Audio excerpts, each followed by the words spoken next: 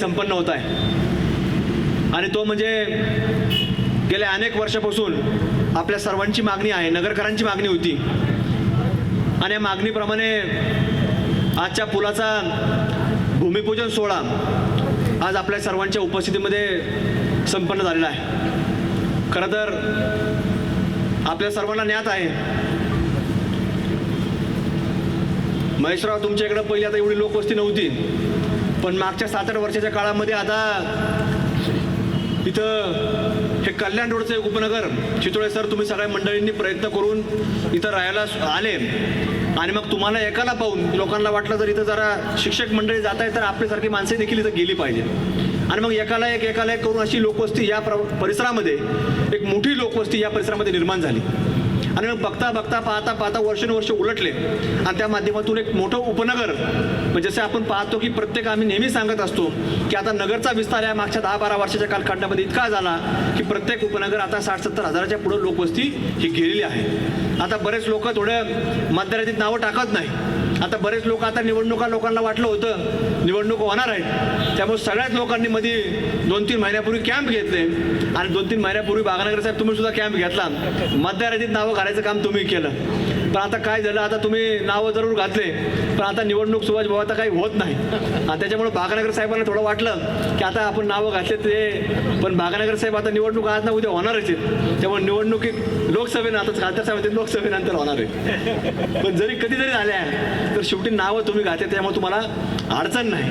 त्यामुळं लोकांनी थोडं काही पत्ते पाळले पाहिजेत। आपण जिथं रहिवासाला जातो जरी तुम्हाला आपल्या गावच्या ग्रामपंचायत करता इंटरेस्ट असेल, तुमच्या नातेवाईक कोणी उभं राहत असेल, सोसायटी करता राहत असेल, पण जर 2-3 माणसं 4 माणसं जरी असतील तर एकाचं नाव तुम्ही इथं मतदारतीत टाकणं गरजेचं आहे। नाही तुम्ही आपण कोणत्या तरी नगरसेवकाला फोन करतो, नगरसेवकांना माहिती असतं की आता याचं नावच नाही, नगरसेवक त्याच्या काही फोन उचलत नाही, हे बऱ्याच वेळा अनुभव घेतो। मग लोक आम्हाला फोन करतात, आम्हाला सांगतात, मग आम्ही कोणाला तरी तुम्हाला सांगतो जरी वॉर्ड नसला तर दुसऱ्या माणसाला तिथं पाठवतो, आम्ही स्वतः जातो आणि त्याचं प्रश्न सोडवणूक करायचं काम आम्ही सगळे मंडळी सातत्याने गेल्या काही वर्षापासून या शहराच्या वेगवेगळ्या भागामध्ये करत असतो। त्यामुळे लोकांनी तेवढं आपलं नावं मतदारांनी घालायचं काम आपण सगळ्या लोकांनी खरं तर केलं पाहिजे।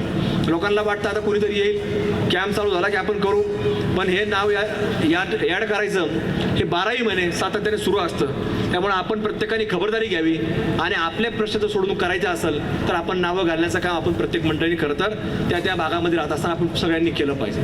खरं तर आज आपल्याकडं पूल होतोय दादा, जसं 2019च्या लोकसभेच्या आणि विधानसभेच्या निवडणुका झाल्या आणि लॉकडाऊनचा भोसलेसाहेब कार्यकाळ संपला, लॉकडाऊन 2020 आणि 2021मध्ये आपल्याला मोठ्या प्रमाणामध्ये लॉकडाऊन पाहायला मिळालं, पण 2021चा आपण जर पाऊस पाहिला तर चितळे सर आता तुमच्या सगळ्या लोकांच्या इथं जमिनी जर पाहिल्या तर तुम्ही नदी पात्र हळूहळू ते नदी पात्राचं नाना पात्र झालं आणि त्याच्यामुळे आता हळूहळू तो ज्या पुलावरून फार काय पाणी जात नव्हतं, पण जसं सगळ्या लोकांनी वारेसाहेब इथं नाला केला, नाला झाल्यानंतर तो फुगोटा तयार झाला आणि फुगोटा तयार झाल्यामुळं पुलावरतून पाणी जायला लागलं। पुलावरून पाणी जायचं कारण एवढं आहे की नदी पात्राचा नाला झाला त्याच्यामुळं पुलावरून पाणी व्हायला लागलं आणि म्हणून आता आम्ही प्रयत्न करतोय की ह्याच्यामध्ये पाठपुरावा आम्ही त्यावेळेला सुरू केला, मग आम्ही प्रयत्न केला, तारडे साहेबांनी संपर्क केला, खासदार साहेबांशी संपर्क केला, त्यांना सांगितलं सक्कर चौकापासून तर आपल्या अमरधाम मार्गे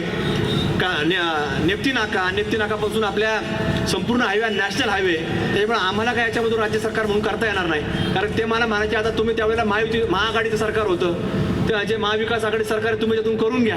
मग मी त्यांना सांगितलं अरे भाऊ हे महाविकास आघाडी जरी असली तरी नॅशनल हायवे बागानगर साहेब, त्यांना आपण सांगितलं की ते करता येणार नाही, हे खासदार म्हणून तुम्हाला नॅशनल हायवे म्हणून तुम्हाला ते करावं लागेल, त्यांना आपण सांगितलं आणि त्यावेळेला आमचे नेते आदरणीय देशाचे नेते पवार साहेब यांना आम्ही त्यावेळेला पत्र दिलं, त्यांचं एक पत्र घेतलं, गडकरी साहेबांना दिलं वारे साहेब आणि त्याच्यातनं त्यांनी सुद्धा गडकरी साहेबांना पत्र दिलं की तुम्ही हा पूल मंजूर करावा आणि गेल्या काही दिवसापूर्वी खासदार साहेब सगळ्यांच्या प्रयत्नातून हे पूल मंजूर झाला आणि त्याचा आज तुम्हाला सांगतो भूमिपूजन हे होत आहे, कारण केंद्र सरकारचा पैसा आहे। शेवटी तुमच्यासारख्या लोकांची जर परवानगी असल्याशिवाय NOC असल्याशिवाय तो काय हवी त्या पैसा केंद्राचा पैसा, कारण केंद्र म्हटलं तुम्हाला सांगू देशाचं सगळं तिथं असतं, केंद्र असतं, त्यामुळं इथपर्यंत पैसा हा सगळा येणं ही तितकी सोपी गोष्ट नसते आणि म्हणून आम्ही सातत्याने त्यांच्याकडे पाठपुरावा ठेवला।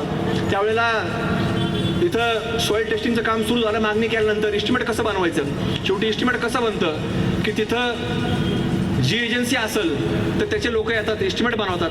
त्यावेळेला आम्ही तारडे साहेबांना संपर्क केला, खासदार साहेबांशी आम्ही फोनवर त्यावेळेस बोललो होतो आणि सॉईल टेस्टिंगचं काम सुरू झालं. सॉईल टेस्टिंगचं पांडुळे साहेबांनी आम्हाला सांगितलं की तुम्ही सॉईल टेस्टिंगला सुद्धा तिथं पाहणी करायला गेले.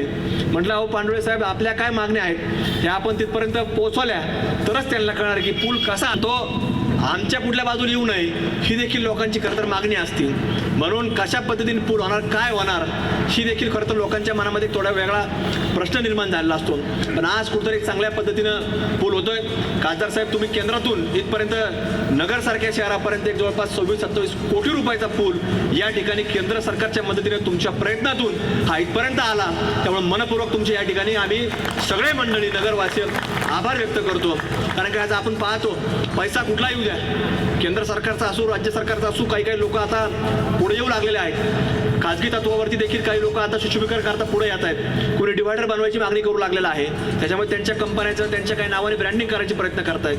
काही आता लोक खाजगी तत्वावरती सुशोभीकरण करायचा प्रयत्न करतायत. आमचं म्हणणं कुणी करा, कशाही पद्धतीने करा, फक्त शहरामध्ये कुठं एक चांगलं रूप, आपल्याला शहरीकरणाचं रूप कसं आणता येईल याच्यामध्ये आपल्या सर्वांचा प्रयत्न असणं गरजेचं आहे. आणि त्यामुळे आज सगळ्यांचा प्रयत्न, जरी मी प्रयत्न केले असले तरी मला तुम्हाला सांगतो की तुम्ही सगळे ह्या परिसरातील रहिवासी असणारे लोक हे सातत्याने सांगायचे. आणि तुम्हाला सांगतो की आम्ही सुद्धा दिवसभरामध्ये वेगवेगळ्या भागांमध्ये वेगवेगळ्या उपनगरांमध्ये फिरत असतो. मग ह्या रस्त्यावरून देखील आमचं अनेक वेळेला दिवसभरामध्ये जाणं होत असतं. त्यामुळे आम्ही देखील इथं वारंवार येत असताना तुमच्यासारखे इथं भागात असणारे युवराज भाऊ असतील, शितोळे सर असतील, हे सगळे लोक आम्हाला सांगायचे की महेशराव की आम्हाला आता हे पूल तुम्ही लवकर करा, काही ना काय करून तुम्ही याच्यातून मार्ग काढा. आणि जसं पावसाळा येईल तसं ते हरिभाऊचा फोन यायचा, पाणी वाढलं की आता पाणी आता पुलाच्या खालपर्यंत आलेलं आहे, आता थोड्या वेळाने वरतून जाईल. पहाटे 2 वाजता 3 वाजता 6 वाजता ते हरिभाऊचा शरशेट फोन यायचा आणि मग त्यांची मागणी असायची की आता लवकर करा. त्यांना त्या दिवशीच सांगितलं आता मंजुरी मिळाली, पण ह्या पावसाळ्यात काय तो पूल होणार नाही. पण निश्चित ह्या पावसाळ्यानंतर ते काम चालू झालं. पुढचा पावसाळा मात्र आता आपल्याला या किती जरी पाऊस आला तरी पुलाच्या वरतून पाणी जाणार नाही एवढी खबरदारी आपण घेऊयात निश्चित. आणि आता निवडणुका आल्या की परत आता पुला करून पाणी जात असतं. त्याच्यामुळे आता निवडणुकीच्या अगोदर आपल्याला करावं लागणार आहे. मग जेवढं पाणी येईल मंत्री साहेब ते सगळं पुलाच्या खालून जाईल, पुलाच्या वर कुठलं राजकीय पाणी सुद्धा येता कामा नाही याची देखील आपण सगळेजण मंडळी ही खबरदारी घेण्याचं काम आपण करू. कारण की पावसाळ्याला काय होतं, इकडून डारावडारा होतं, तिकडून डारावडारा होतं, पावसाळ्याच्या छत्र्या येत असतात, पण ते पाऊस संपला की तुम्हाला सांगतो ते लोक सापडत नाही, ते बेंडगुळ्या सुद्धा सापडत नाहीत. त्यामुळे तुम्ही त्याची काळजी करू नका. त्याची औषध फवारणी करायचं काम, त्याचा बंदोबस्त करायचं काम हे आम्ही सगळे करू. त्यामुळे तुम्ही काळजी त्याची करू नका. तुम्ही फक्त विकासात्मक काम काय होतंय हे पहा, किती दर्जा कसा होतोय त्याच्या पाहणी करायचं काम करा. आणि खरं तर या सगळ्या माध्यमातून आता भविष्यामध्ये येणाऱ्या काही काळामध्ये, भविष्यामध्ये म्हणण्यापेक्षा येत्या काही दिवसामध्येच खरं तर आपल्याला आता या सीना नदीचं आजपर्यंत कधीही मोजमाप झालेलं नव्हतं. नदी पात्र किती आहे, खोलीकरण किती आहे, पण मागच्या 2016-17पासून खासदार साहेब आम्ही त्याचा देखील पाठपुरावा केला आणि पाठपुरावा करून राज्य सरकारच्या महसूल विभाग आणि इरिगेशन विभाग त्यांच्याकडनं मोजणी करून घेतली आणि मोजणी करून आता नदी पात्राचं देखील आता जी रुंदी आहे आणि लांबी आहे ती देखील फायनल झाली, त्याचं मोजमाप झालेलं आहे.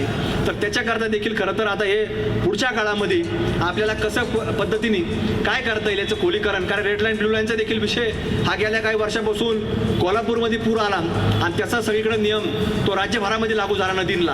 त्यामुळे आपल्याकडे देखील बऱ्याच लोकांच्या इथं नालेगाव ग्रामस्थ असतील, तिकडं बुरडेमळा सुडकेमाळा तो परिसर असेल किंवा नागापूर बोलेगावचा परिसर असेल, तिथं देखील अनेक लोक, शेतकरी लोक याच्यामध्ये बाधित झाले आहेत. आणि त्याच्याकरता देखील खरं तर आपल्या स्तरावरती, मंत्रालय स्तरावरती ही आपली कुठे याच्यामध्ये बैठक होऊन या लोकांच्या प्रश्न सोडून आपल्या माध्यमातून या ठिकाणी खरं तर करण्यात यावी. आजच्या निमित्तानं एक वेगळी विनंती या निमित्तानं देखील करणार आहोत. आणि आता पूल झाला की आता लोक म्हणतील पूल झाला, पण पुलाच्या नंतर आता नॅशनल हायवे असल्यामुळं आता तुम्ही म्हणता तुम्ही आता परत महायुतीमध्ये आलेत, पण नॅशनल हायवे महायुतीमध्ये जरी आले तरी केंद्राकडून तुम्ही आता पूल झाला की सक्कर चौकापासून तर अगदी नेप्तीपर्यंत याच्यावरती आता चांगल्या रस्त्याकरता एक निधी तुम्ही आता त्याच्यावर आणावा अशी एक विनंती तुम्हाला आजच्या निमित्ताने करतो. कारण की आता याच्या जवळपास 26-27 कोटी रुपये हा पूल उभा राहणार आहे आणि पूल उभा राहिला की चांगलं त्याला एक वेगळं वैभव या परिसर निर्माण त्याच्या माध्यमातून होणार आहे. त्यामुळे रस्ता जर झाला तर निश्चित पुढच्या चांगल्या कैक वर्ष तो रस्ता राहील आणि या भागाचं वाढतं उपनगर म्हणून कल्याण रोडची जी वेगळी ओळख आहे तर ती आपल्या या माध्यमातून एक चांगली अजून निर्माण करता येईल. त्यामुळे आपल्या सर्वांचं इथं बसणारे अनेक मान्यवर मंडळी आहेत, सर्वांचा नामोल्लेख या ठिकाणी करणं शक्य नाही, पण खरं तर तुमच्या प्रत्येक व्यक्तीचा, विशेषतः या परिसरामध्ये या उपनगरामध्ये राहणाऱ्या लोकांचा, हा खासदार साहेब असन, माझ्याकडे असन, इथे नगरसेवक असतील, इथले सर्व सामाजिक क्षेत्रामध्ये काम करणारे सगळेच मंडळी असतील, यांच्यापर्यंत देखील प्रयत्न झालेला आहे.